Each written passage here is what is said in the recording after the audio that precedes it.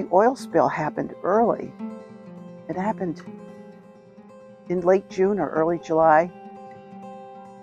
It went into every wetland, under every dock, on every boat that was downriver from that bridge. The bar is on a side street in Alexandria Bay. I was closing up. Just when we opened the door to walk out, you could just, the air was just smell of fuel oil. About the same time the sirens started. And we didn't know what it was. Don Price called me and asked me to go find it. So I jumped in a boat and I found it. The barge grounded on the rock shallows down off Wellesley Island. And then they pulled off there and were directed into Browns Bay. And they punctured another tank into Browns Bay. Pulled off of there and started heading for the coal docks in Clayton. And then I came up onto the boat and said, "You gotta stop, man, you're spreading oil everywhere." They had no idea. You see, that oil spill really unleashed a huge amount of oil. It was 300,000 gallons of heavy crude oil. Well, crude oil is heavy and viscous. It sticks to everything. On the morning of the oil spill, I woke up and I could smell the smell, diesel.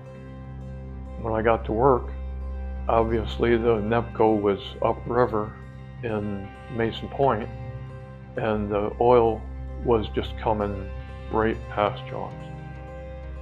I didn't think they were leaking that much oil. And he said, "We're gonna go check now." And when he opened that first hole, it was like, whoa, that is not good. Opened one tank and it was nothing but fresh water, and opened another one, fresh water. 150,000 gallons, I guess, in one of those containers, and there was nothing in there. When the sun came up, there was people everywhere. Coast Guard, government, and you name it, they were there. The very beginning was getting organized. There were no plans, no booms were going out. I believe they brought boom in from New England, somewhere in New England. And there may have been some here, but just not enough. The NEPCO people, the people from the barge, they must have known who to call, because I think they called I think the company was called Sealand. The barge caused the oil spill.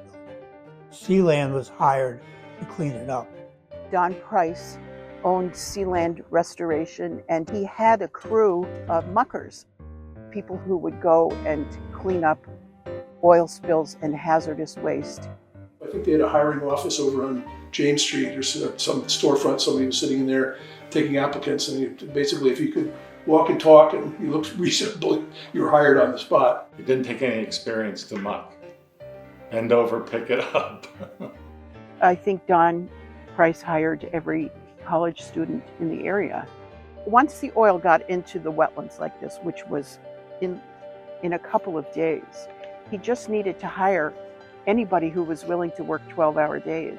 Most of the work was around the shoreline. We had to cut all the grasses to get the oil off. They had tons of different kinds of oil mops.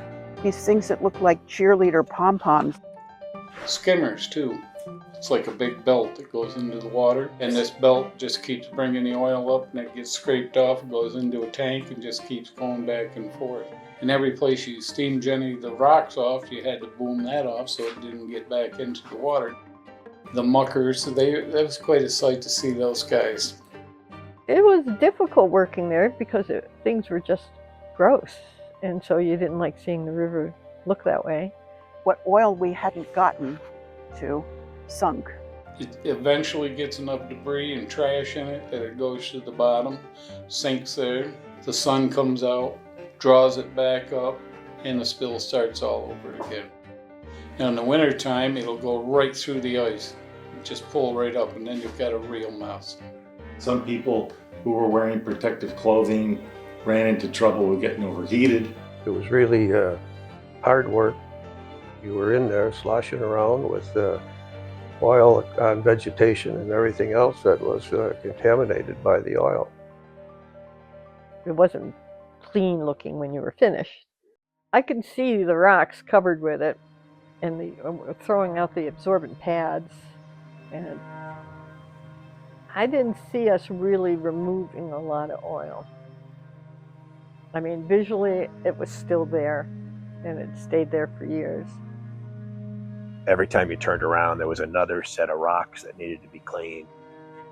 I mean, it was really tragic to see how that heavy crude oil moved on into our productive wetlands. A lot of birds died. When they get it on them, that's it.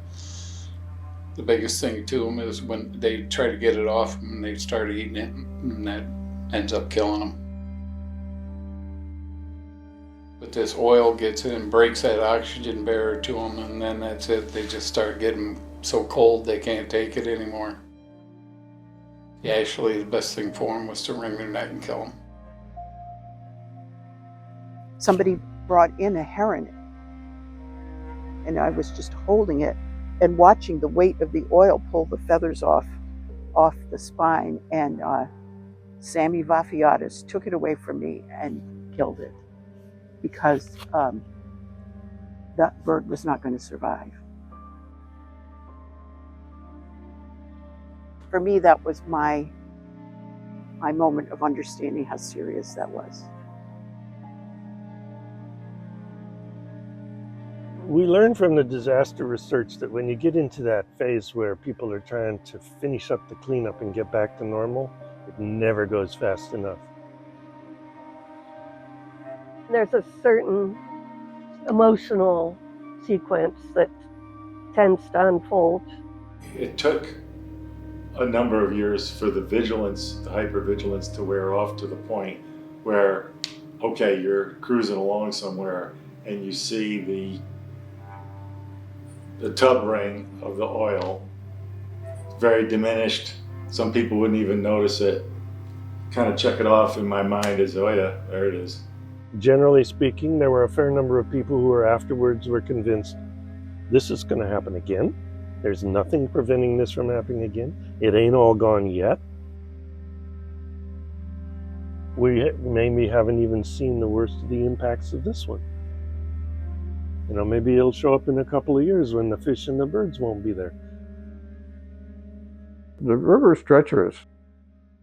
It's much harder to clean up a spill in the wintertime than it is when you've got ice-free conditions. Cold December temperatures caused the St. Lawrence to ice over earlier than usual, delaying the seaway's closure.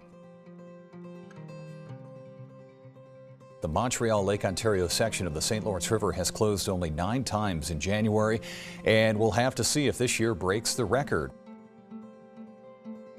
One benefit of the slick of '76 was that people realized, what do you do in the wintertime when a barge grounds and dumps 300,000 gallons of oil into the river that's covered with ice?